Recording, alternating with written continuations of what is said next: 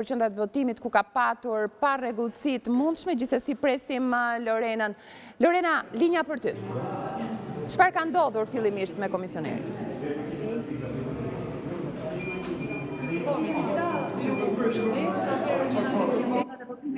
Në qytetit Pogradesit, ku një shtetas identifikuar si Luan Domozhina i njohur si mbështetës i Partisë Demokratike është konfliktuar me një komisioner të Partisë Socialiste Elvin Gega.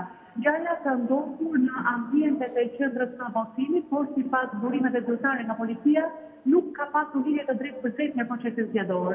Sipas njëjtave burime, shkaku i përplasjes lidhet me një konflikt personal, nga shtetas pritet që të merren në pyetje nga policia për të zbardhur rrethana, ndërkohë që incidenti sigurisht që ka krijuar shqetësim tek qytetarët, por edhe tek stafi zgjedhor.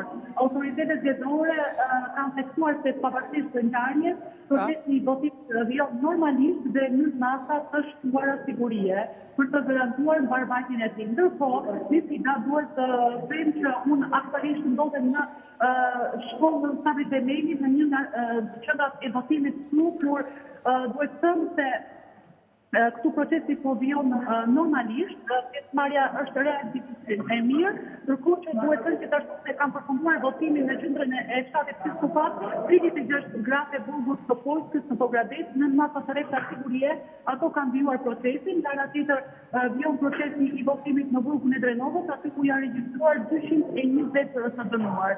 Deri në orën 8, një orë para hapjes së qendrave të votimit, pjesëmarrja ka qenë e ulët me gjithë rekordët. Mosha e 8 ishin më të shumë se ata që janë drejtuar qendrave të votimit, por sigurisht që pjesëmarrja filloi të rritet pas kësaj ore. Aktualisht që ne po flasim, ashtu siç e shpjegova, ndodhem në shkollën vjeçare Sabri Demeli. Duhet të thënë se ka pasur problematika të vogla në qartë se i përket nisjes së procesit të votimit. Në fshatin Sovjet të Bashkisë Maliq, procesi ka nisur një orë më vonë për shkak të mos funksionimit të pajisjes elektronike të identifikimit.